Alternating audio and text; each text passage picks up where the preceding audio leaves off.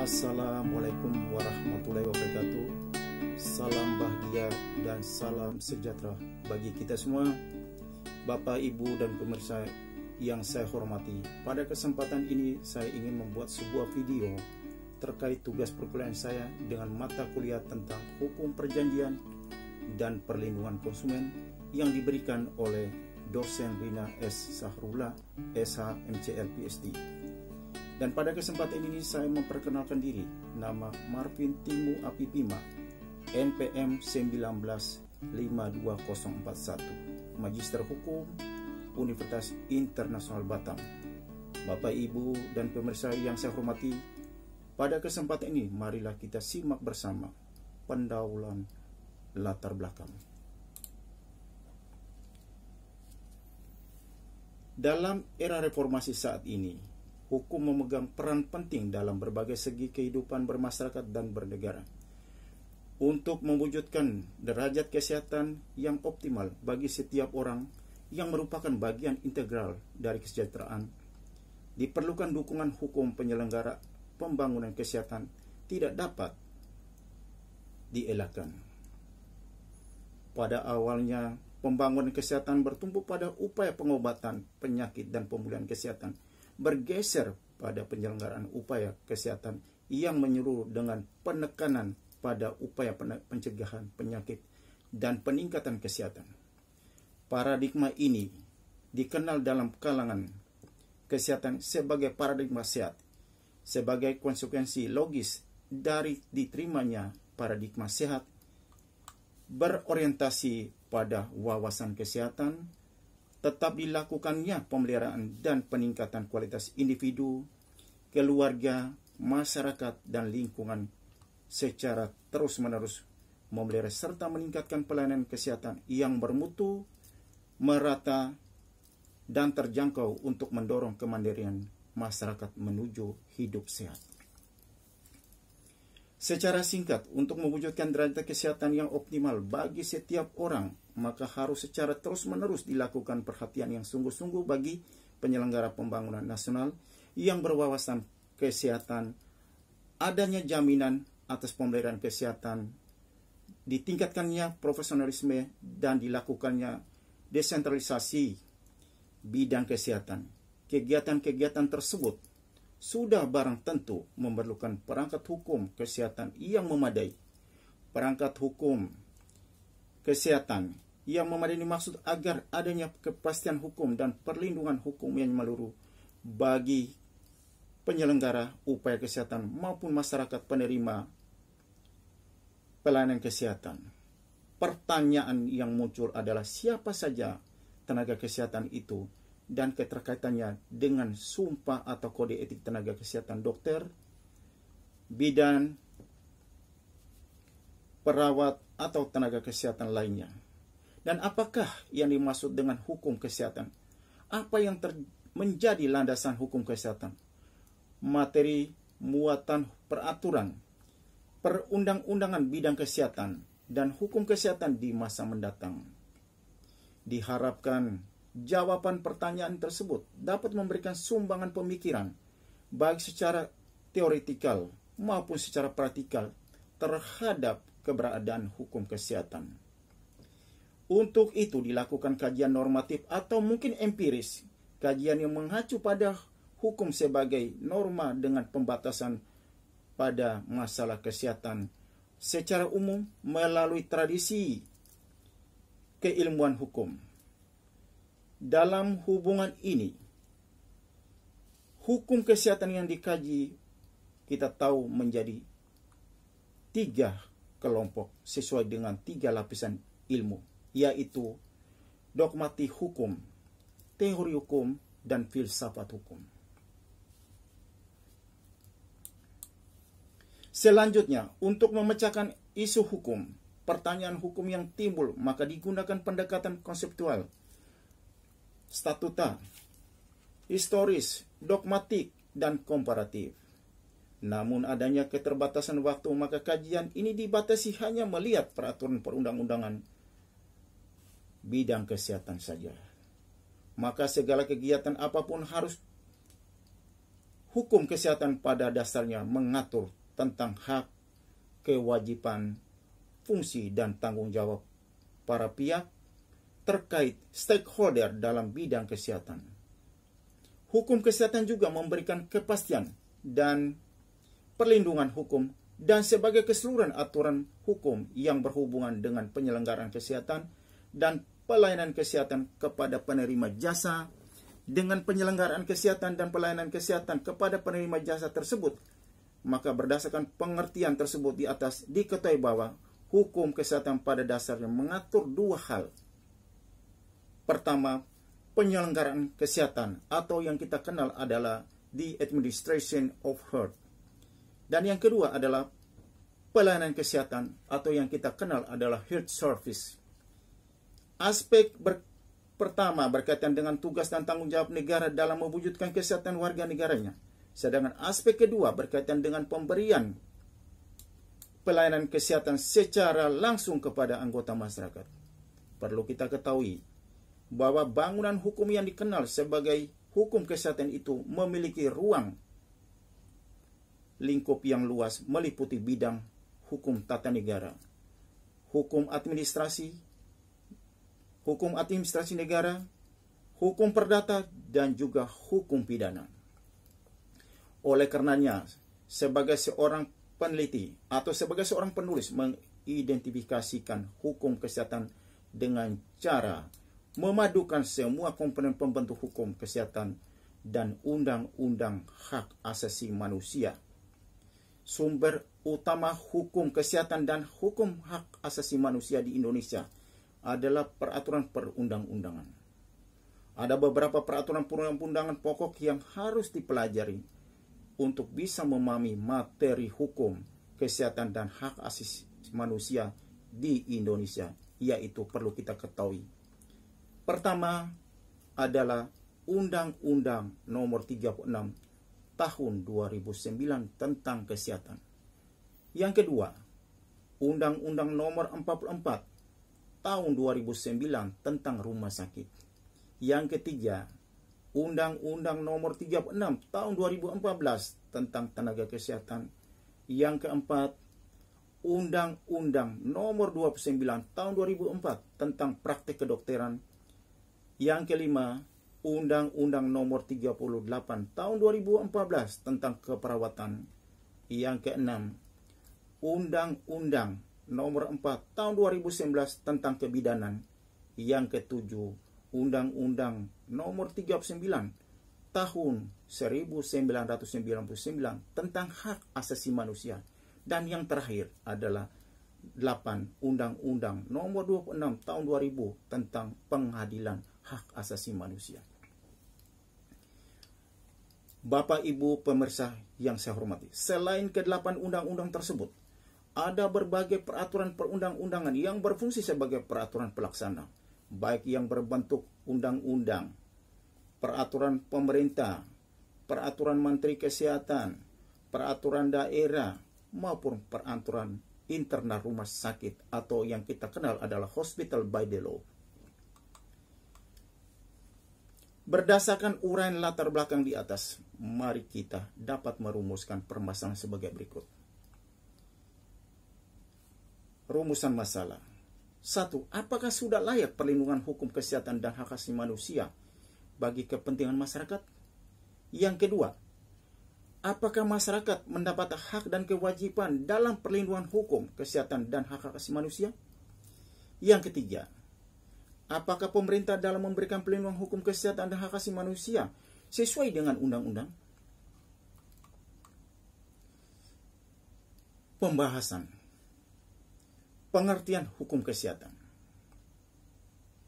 Pengertian hukum kesehatan adalah semua ketentuan hukum yang berhubungan langsung dengan pemeliharaan atau pelayanan kesehatan.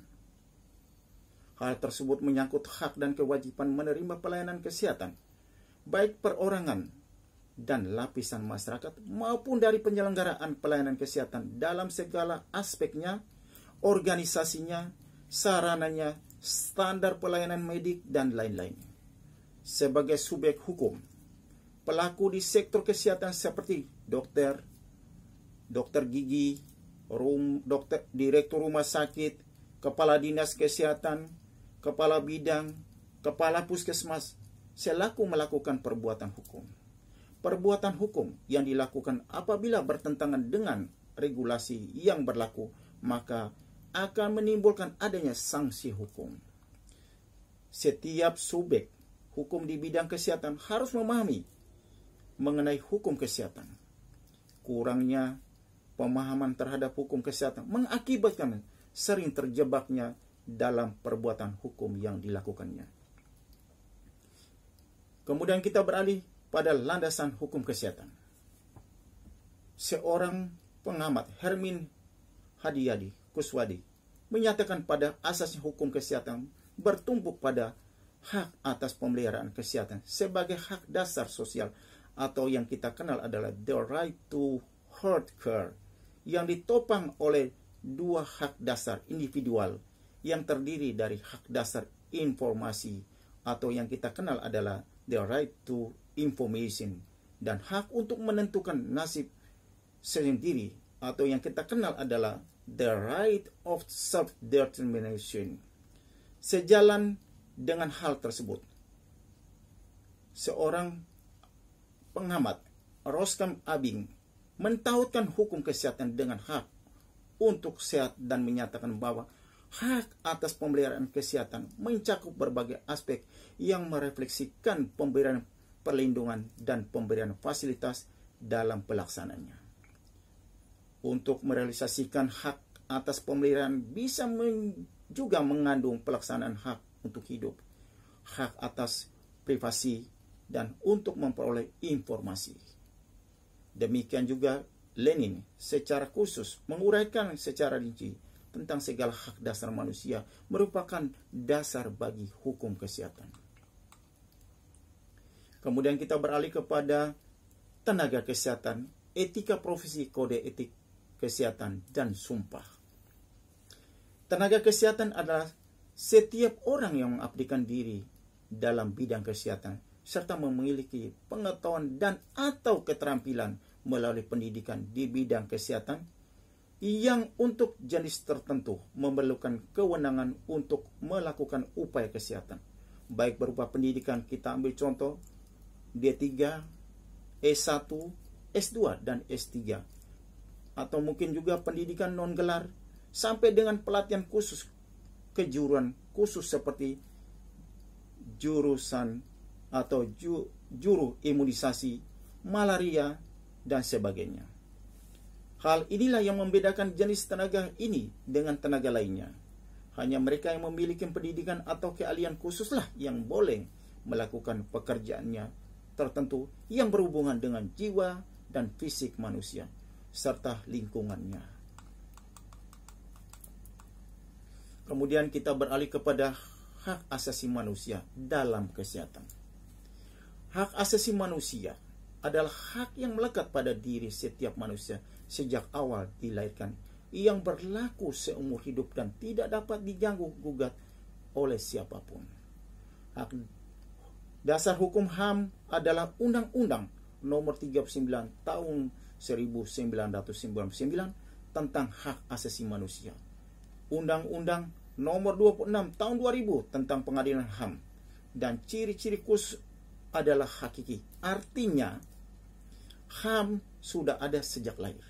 Universal, HAM berlaku umum tanpa memandang status, suku bangsa, gender, dan tidak dapat dicabut.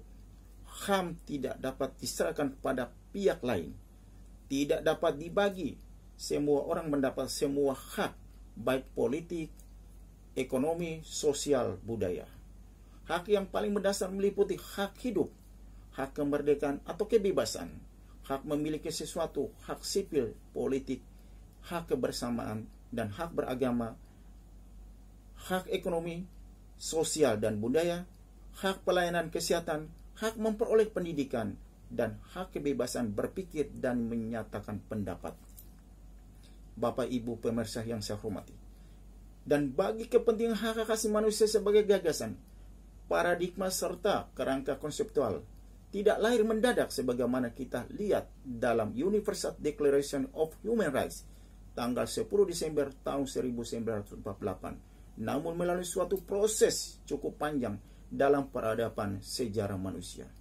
Dari perspektif sejarah deklarasi yang ditandatangani oleh Majelis Umum PBB tersebut dihayati sebagai suatu pengakuan yuridis formal dan merupakan titik khususnya yang tergabung dalam Perserikatan Bangsa-Bangsa atau yang kita kenal adalah United Nations of Organization.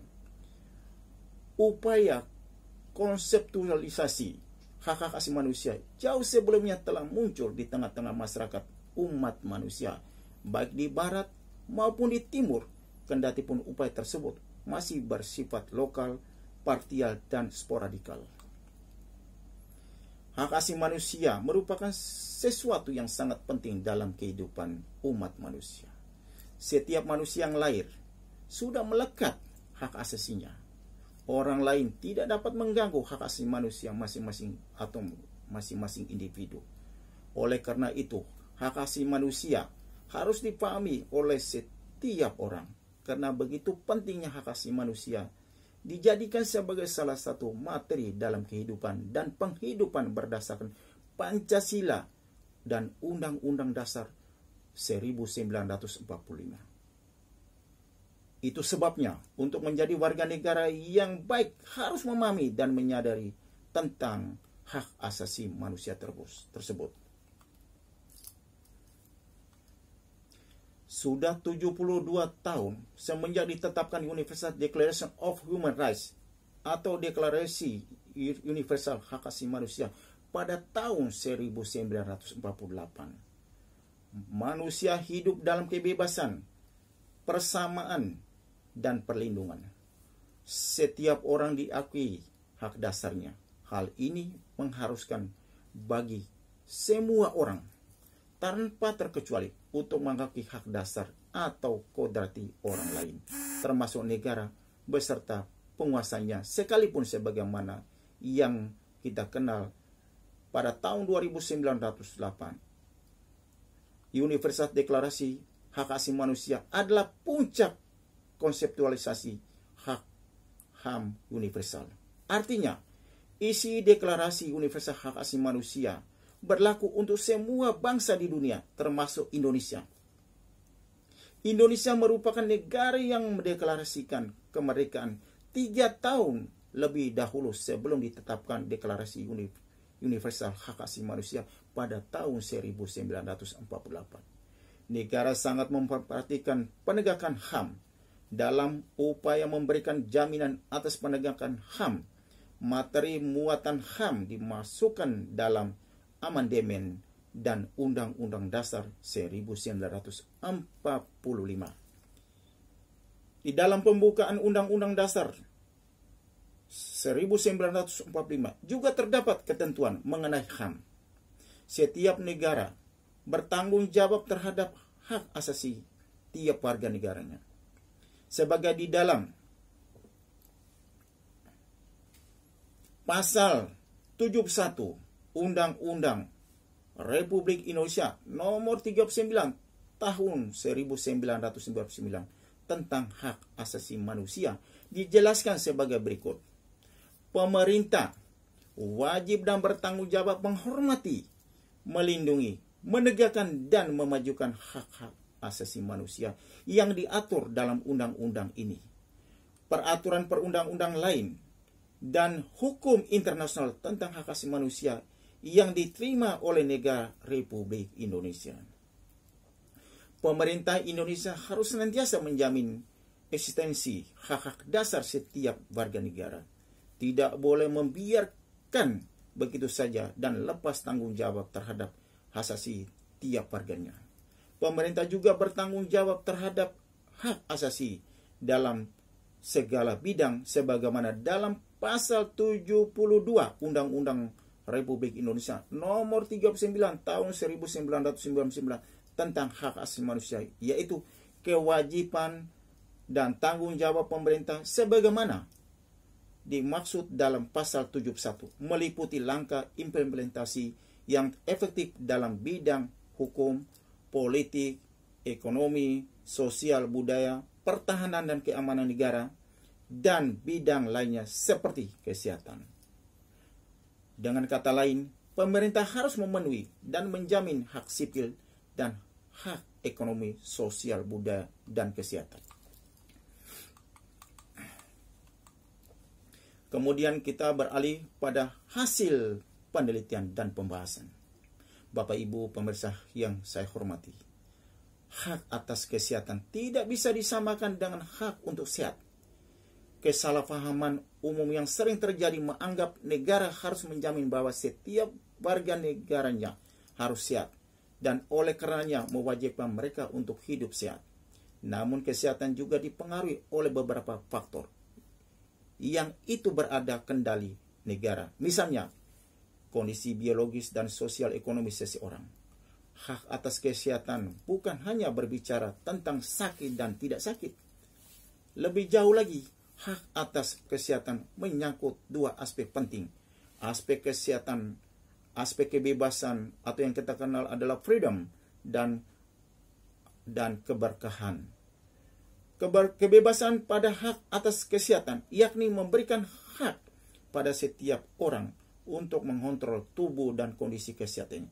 Sedang keberkahan dalam hak atas kesehatan sendiri yakni memberikan hak setiap orang untuk mendapatkan layanan kesehatan yang tidak diskriminasi dan menjunjung kesetaraan dan kesempatan yang sama. Misalnya hak untuk mendapatkan pelayanan kesehatan yang baik. Hak asasi manusia secara substansial telah diatur dalam Undang-Undang Dasar Negara Republik Indonesia tahun 1945. Salah satu hak asasi manusia yang diatur adalah hak atas. Pasal 28H ayat 1 Undang-Undang Dasar tahun 1945 menyatakan dengan tegas bahwa setiap orang berhak untuk memperoleh pelayanan kesehatan. Dengan masuknya hak kesehatan ke dalam konstitusi, maka hak atas kesehatan secara resmi merupakan hak positif yang dilindungi oleh pemerintah, dan pemerintah wajib untuk memenuhi hak kesehatan warga negaranya melalui usaha-usaha yang nyata dan konkret. Hak atas kesehatan mempunyai ruang lingkup yang lebih luas. Ia tidak hanya menyangkut hak atas individu, tetapi meliputi semua faktor yang memberi kontribusi terhadap hidup yang sehat terhadap individu, seperti masalah lingkungan, nutrisi, perumahan, dan lain-lain. Sementara hak atas kesehatan dan hak atas pelayanan kedokteran yang merupakan hak-hak pasien adalah bagian lebih spesifik dari hak atas kesehatan. Bapak Ibu yang pemirsa yang saya hormati, sudah menjadi konsensus dalam konstitusi Indonesia bahwa hak kesehatan merupakan hak dasar bagi manusia. Falsafah dasar dari jaminan hak atas kesehatan sebagai HAM merupakan raison d'être, kemartabatan manusia. Kesehatan adalah hak fundamental setiap manusia. Karena itu setiap manusia atau individu, keluarga maupun masyarakat berhak memperoleh perlindungan terhadap kesehatannya, dan pemerintah bertanggung jawab mengatur dan melindungi agar masyarakat terpenuhi hak hidup sehatnya, termasuk masyarakat miskin atau masyarakat yang tidak mampu. Untuk menjamin agar hak kesehatan dapat dipenuhi, Undang-Undang Negara Republik Indonesia tahun 1945 pasal 34 ayat 3 menandaskan bahwa negara bertanggung jawab atas penyediaan fasilitas kesehatan, pelayanan kesehatan. Konstitusi telah mengamanatkan bahwa penyediaan fasilitas kesehatan merupakan tanggung jawab negara. Negara turut serta secara aktif untuk mensejahterakan rakyatnya, di mana negara dituntut untuk mewujudkan kesejahteraan dan keadilan sosial bagi seluruh rakyatnya. Dengan disahkannya Undang-Undang Nomor 40 Tahun 2004 tentang Sistem Jaminan Sosial Negara Nasional, menjadi suatu bukti yang kuat bahwa pemerintah dan pemangku kepentingan terkait memiliki komitmen yang besar untuk mewujudkan kesejahteraan sosial bagi seluruh rakyatnya. Kemudian kita beralih kepada hukum kesehatan. Masyarakat internasional melalui World Health Organization mengembangkan kerangka kerja yang dikenal dengan 6 building blocks. Saya ulang lagi bahwa masyarakat internasional melalui World Health Organization mengembangkan kerangka kerja yang dikenal dengan 6 building blocks yang mencakup pertama, service delivery, berkaitan dengan paket pelayanan, model pelayanan, infrastruktur, manajemen, keselamatan, kualitas, serta kebutuhan akan pelayanan. Dan health workforce berkaitan dengan kebijakan tentang tenaga kerja nasional, advokasi, norma, standar, dan data. Yang kedua, information berkaitan dengan fasilitas dan informasi yang berbasis masyarakat dan peralatan. Ketiga adalah produk medis, vaksin, dan teknologi mencakup standar kebijakan, akses yang merata, dan kualitas.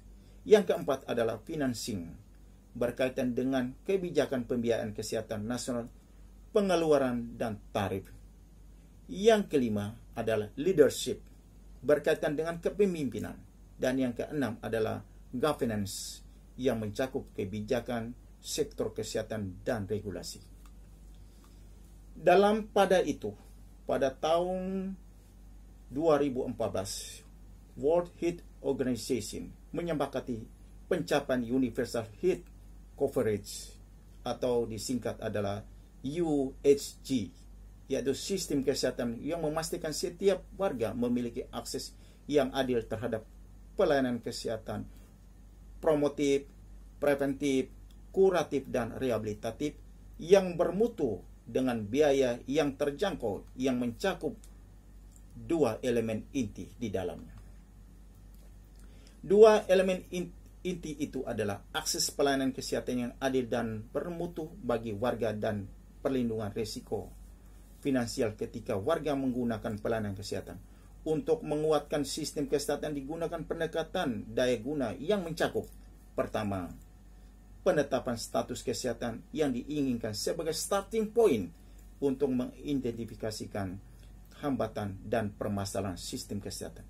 Yang kedua, mengatasi permasalahan sistem kesehatan sebagai sebuah langkah yang spesifik untuk mencapai outcome melalui upaya yang berdampak pada semua aspek. Yang ketiga, mengatasi isu kapasitas dan kebijakan sistem kesehatan.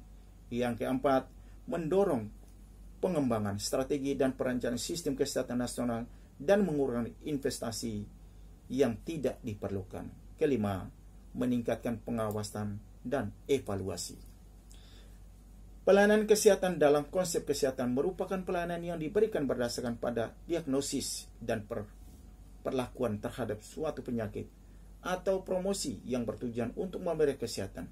Aspek ini sangat membutuhkan input berupa pendanaan, tenaga, peralatan, dan obat-obatan yang berkaitan dengan intervensi kesehatan.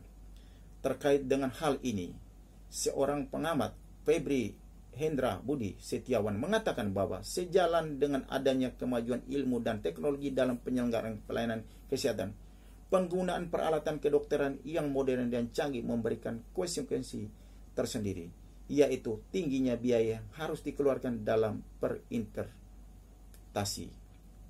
Hal ini membawa akibat dibebankannya biaya investasi dan operasionalisasi pada pemakai jasa pelayanan kesehatan. Selain itu, dalam menghadapi perkembangan teknologi kesehatan tersebut, diperlukan juga sumber daya manusia di bidang kesehatan yang mempunyai keahlian dan kemampuan dalam mengoperasikannya. Berdasarkan hal di atas, tampak bahwa perkembangan teknologi kesehatan turut mempengaruhi jasa pelayanan dan profesionalisme di bidang kesehatan. Akibatnya juga bertambah besar dan kemungkinan untuk melakukan kesalahan semakin besar pula. Dalam banyak hal yang berhubungan dengan masalah kesehatan sering ditemui kasus-kasus yang merugikan pasien. Belakangan ini sering timbul gugatan dari pasien yang dirugikan akibat kesalahan atau kelalaian yang dilakukan baik oleh dokter maupun oleh tenaga kesehatan lainnya. Oleh karena itu, tidak mengherankan apabila profesi kesehatan ramai diperbincangkan baik kalangan intelektual, masyarakat awam maupun kalangan pemerhati kesehatan. Menurut Undang-Undang Nomor 36 Tahun 2009 tentang Kesehatan, Pasal 1 disebutkan bahwa kesehatan adalah suatu keadaan sehat seseorang, baik secara fisik, mental, spiritual, maupun sosial, yang memungkinkan setiap orang untuk hidup produktif secara sosial, yang memungkinkan setiap orang untuk hidup produktif secara sosial dan ekonomis. Selanjutnya dalam pasal 4 juga dinyatakan bahwa setiap orang mempunyai hak yang sama dalam memperoleh derajat kesehatan yang optimal, sehingga dapat dipakai kemudian bahwa kesehatan adalah merupakan satu hak asasi manusia dan setiap manusia berhak mendapatkan perawatan kesehatan yang layak apabila kesehatannya terganggu. Dokter dalam hubungannya dengan pelayanan kesehatan selalu berhubungan dengan pasien. Salah satu aspek yang mempunyai arti penting dalam hubungan dokter dengan pasien adalah mengenai hubungan hukum antara mereka yang menimbulkan adanya hak dan kewajiban timbal balik antara dokter dan pasien. Berbicara kesehatan, terdapat beberapa faktor penentu dalam kesehatan seperti lingkungan sosial dan ekonomi, lingkungan fisik, serta karakteristik dan perilaku individu orang tersebut. Di bawah ini adalah sebagian faktor yang mempengaruhi kesehatan seseorang yang disarikan dari World Health Organization. Pertama adalah status sosial dan ekonomi. Pendapatan yang tinggi dan status sosial berpengaruh terhadap akses kesehatan yang baik. Hal ini membuat gap besar antara si kaya dan miskin dalam kesehatan. Yang kedua, tentang pendidikan. Rendahnya tingkat pendidikan memiliki hubungan dengan buruknya status kesehatan, stres, serta tingkat kepercayaan diri yang rendah. Yang ketiga adalah lingkungan fisik. Lingkungan fisik seperti air bersih, udara bersih, tempat kerja yang sehat, dan lainnya dapat berkontribusi dalam menciptakan lingkungan yang sehat. Yang keempat, jaringan dukungan dari keluarga, teman, dan komunitas sangat berpengaruh dalam kesehatan. Budaya adat dan tradisi dan kepercayaan keluarga dan masyarakat semuanya dapat mempengaruhi kesehatan. Yang kelima, layanan kesehatan. Akses dan penggunaan layanan kesehatan dapat mencegah dan mengobati penyakit yang mempengaruhi kesehatan. Kemudian kita beralih kepada dasar hukum. Setiap orang berhak mendapat hak atas kesehatan yang tinggi. Sudah merupakan kewajiban pemerintah untuk menjamin hal tersebut. Untuk mengimplementasikan pemenuhan hak atas kesehatan diperlukan dasar hukum yang menjadi pedoman pemerintah dalam memenuhi kebutuhan masyarakat terhadap hak atas kesehatan yang tinggi. Peraturan hukum Indonesia yang mengatur tentang kesehatan telah tertuang dalam Dasar Negara, Undang-Undang Dasar 1945, Undang-Undang dan Peraturan Pemerintah, yakni Undang-Undang Dasar Republik Indonesia tahun 1945, Pasal 28H. Dinyatakan bahwa setiap orang berhak hidup sejahtera lahir batin, bertempat tinggal, dan mendapatkan lingkungan hidup sehat dan sehat serta berhak memperoleh layanan kesehatan. Undang-Undang Dasar Republik Indonesia tahun 1945, Pasal 34 ayat 3. Dinyatakan bahwa negara bertanggung jawab atas penyediaan fasilitas pelayanan kesehatan dan fasilitas umum yang layak. Undang-Undang Nomor 39 Tahun 1999 Pasal 42 dinyatakan bahwa setiap warga negara yang berusia lanjut, cacat fisik dan atau cacat mental berhak memperoleh perawatan, pendidikan, pelatihan dan bantuan hukum atas biaya negara untuk menjamin kehidupan yang layak sesuai dengan martabat kemanusiaannya, meningkatkan rasa percaya diri dan kemampuan berpartisipasi dalam kehidupan bermasyarakat, berbangsa, dan bernegara. Undang-Undang Nomor 36 Tahun 2009 tentang Kesehatan, Pasal 4 dan Pasal 5. Setiap orang berhak atas kesehatan dan setiap orang mempunyai hak yang sama dalam memperoleh akses atas sumber daya di bidang kesehatan, serta memperoleh pelayanan kesehatan yang aman, bermutu, dan terjangkau. Dan juga setiap orang berhak secara mandiri dan bertanggung jawab menentukan sendiri pelayanan kesehatan yang diperlukan bagi dirinya. Kemudian kita beralih kepada hak asasi manusia. Telah diungkap pertama di awal dalam rangka konseptualisasi dan terhadap hak asasi manusia yang mencakup bidang-bidang yang lebih luas itu. Franklin, Presiden Amerika pada permulaan abad ke-20, memformulasikan 4 macam hak asasi yang kemudian dikenal dengan The Four Freedoms, yaitu pertama, freedom of speech, kebebasan berbicara dan mengemukakan pendapat. Yang kedua, freedom of religion, kebebasan beragama. Yang ketiga, freedom from fear, kebebasan dari rasa ketakutan. Yang keempat adalah freedom from want, kebebasan dari kemelaratan. Hal inilah yang kemudian menjadi inspirasi dari Declaration of Human Rights pada tahun 1948 terhadap deklarasi sedunia tentang hak-hak asasi manusia.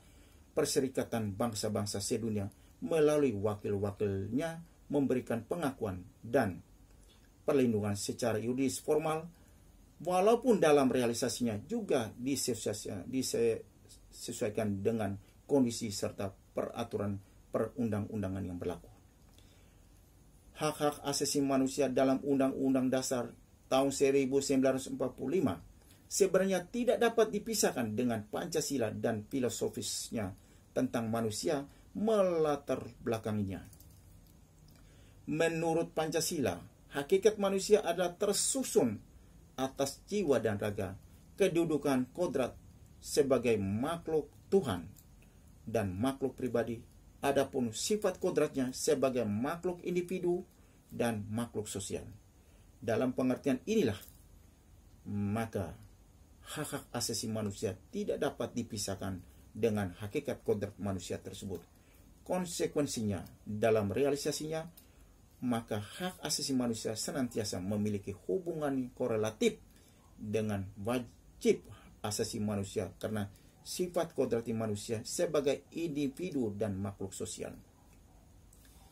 Dalam rentangan berdirinya bangsa dan negara Indonesia, dalam kenyataannya secara resmi, Deklarasi Bangsa Indonesia telah lebih dahulu dirumuskan Deklarasi Hak-Hak Asasi Manusia PBB. Kenapa? Pembukaan Undang-Undang Dasar tahun 1945 dan pasal-pasalnya diundangkan tanggal 18 Agustus tahun 1945. Adapun Deklarasi PBB pada tahun 1948. Hal ini merupakan fakta bahwa bangsa Indonesia sebelum tercapainya pernyataan hak asasi manusia sedunia PBB telah mengangkat hak-hak asasi manusia dan melindunginya dalam kehidupan negara yang tertuang dalam Undang-Undang Dasar 1945. Hal ini juga telah ditekankan oleh para pendiri negara, misalnya pernyataan Muhammad Hatta dalam sidang BPUPKI sebagai berikut. Walaupun yang dibentuk itu adalah negara kekeluargaan, tetapi masih perlu ditetapkan beberapa hak dari warga negara agar jangan sampai timbul negara kekuasaan atau yang kenal adalah mangstat atau negara penindas. Deklarasi Bangsa Indonesia pada prinsipnya termuat dalam naskah pembukaan Undang-Undang Dasar 1945 dan pembukaan Undang-Undang Dasar tahun 1945. Inilah yang merupakan sumber normatif bagi hukum positif Indonesia, terutama penjabaran dalam pasal-pasal Undang-Undang Dasar 1945. Dalam pembukaan Undang-Undang Dasar tahun 1945, alinea pertama dinyatakan bahwa Kemerdekaan adalah hak segala bangsa. Dalam pernyataan terkandung pengakuan secara yuridis hak asasi manusia tentang kemerdekaan sebagaimana tercantum dalam Deklarasi Universal Hak-Hak Asasi Manusia PBB pasal 1. Dasar filosofi hak asasi manusia tersebut bukanlah kebebasan individualis, melainkan menempatkan manusia dalam hubungannya dengan bangsa atau makhluk sosial, sehingga hak asasi manusia tidak dapat dipisahkan dengan kewajiban asasi manusia. Kata-kata berikutnya pada alinea ketiga pembukaan Undang-Undang Dasar 1945 sebagai berikut. Atas berkat rahmat Allah yang Maha Kuasa dan dengan didorongkan oleh keinginan luhur supaya berkehidupan kebangsaan yang bebas, maka rakyat Indonesia menyatakan dengan ini kemerdekaan.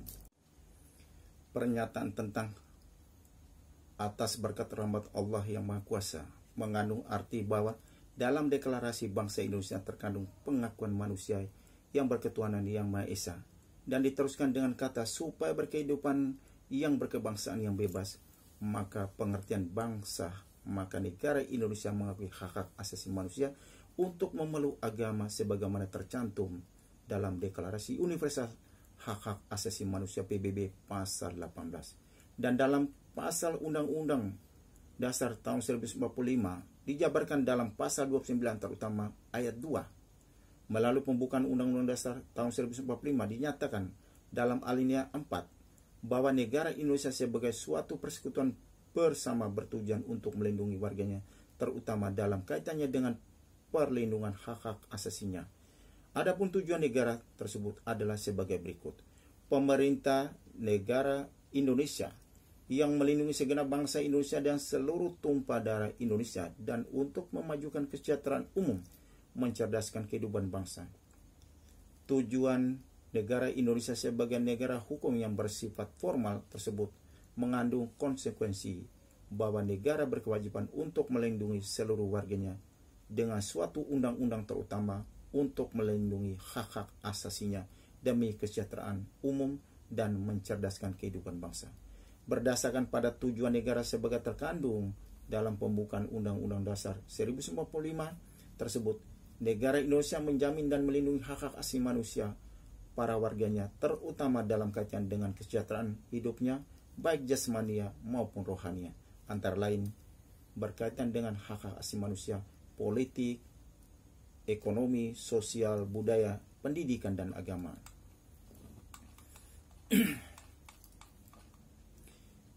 Kesimpulan dari data kajian yang telah saya peroleh, dapat disimpulkan bahwa hukum kesehatan dan hak asasi manusia memegang peran penting dalam berbagai segi kehidupan bermasyarakat dan bernegara. Untuk mewujudkan derajat kesehatan HAM yang optimal bagi setiap orang, yang merupakan bagian integral dari kesejahteraan, diperlukan dukungan hukum bagi penyelenggaraan berbagai kegiatan di bidang kesehatan dan hak asasi manusia. Dan tentunya hukum kesehatan dan HAM tersebut tidak terlepas dari landasan-landasan hukum, profesi, etika, dan sumpah beserta peraturan perundang-undangan yang berlaku. Ada dua kesimpulan yang dapat diberikan berdasarkan pada permasalahan dan pembahasan tersebut di atas sebagai berikut.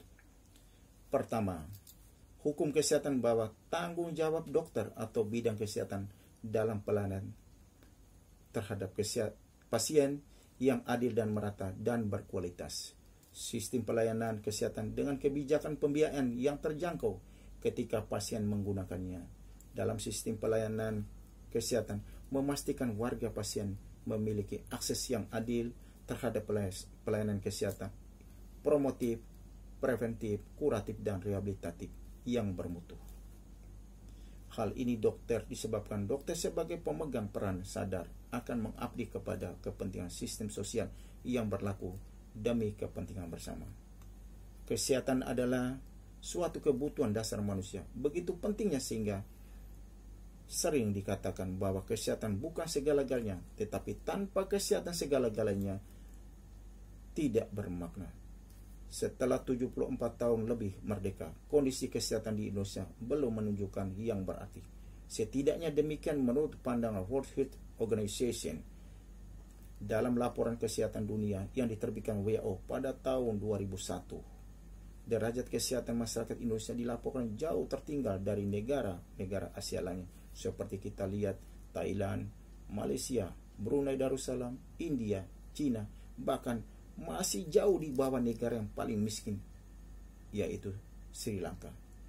Dengan menggunakan indikator umur harapan hidup, WHO meletakkan derajat kesehatan Indonesia pada peringkat 103 dari 109 negara. Sebagai perbandingan, United Nations Development Program dalam lapornya untuk pembangunan bidang kesehatan pada tahun yang sama meletakkan derajat pada peringkat 109 dari 174 negara. 5 tahun kemudian, yakni pada tahun 2005, ternyata posisi peringkat Indonesia belum membaik. Kedua, hak asasi manusia, bahwa pemerintah harus senantiasa menjamin eksistensi hak-hak dasar setiap warga negaranya. Tidak boleh membiarkan begitu saja dan lepas tanggung jawab terhadap hak asasi tiap warga negaranya.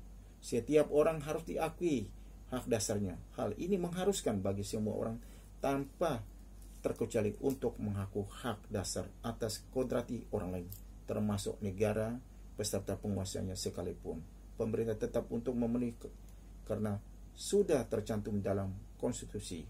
Jangan sampai pembiaran terhadap hak asasi manusia warga negara sehingga dapat dikatakan sebagai pelanggaran hak asasi manusia karena sudah dituangkan pada pasal 71 Undang-Undang Dasar Republik Indonesia nomor 39 tahun 1999 tentang hak asasi manusia, dan pasal 71 berbunyi kewajiban dan tanggung jawab pemerintah sebagaimana dimaksud dalam pasal di atas.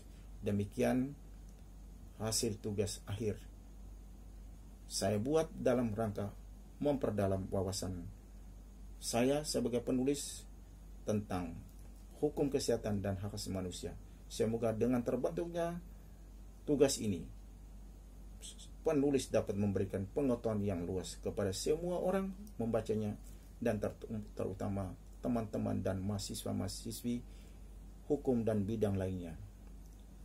Penulis juga berharap bahwa terbentuknya tugas ini, semua orang membutuhkan informasi terkait dengan hukum kesehatan dan hak asasi manusia menjadi tergolong dan tidak kesulitan mencari informasi yang dibutuhkan. Tugas akhir ini penulis mempersembahkan bagi persembahan struktur pendidikan. Semoga apa yang tertulis dalam tugas ini selalu abadi dan memberikan berkah yang tiada hentinya dalam kehidupan kita bersama. Terima kasih atas segala para pihak dan para dosen pembimbing beserta teman-teman mahasiswa-mahasiswi yang telah memberikan informasi dan sangat membantu terbentuknya tugas ini. Semoga bantuan tersebut menjadi tidak sia-sia nantinya. Terima kasih kepada teman-teman semuanya yang telah menonton video saya. Jangan lupa subscribe sebanyak-banyaknya dan nyalakan lonceng notifikasinya untuk selalu mendapatkan update dari video saya. Terima kasih. Like and share and comment. Saya mohon undur diri. Wassalamualaikum warahmatullahi wabarakatuh.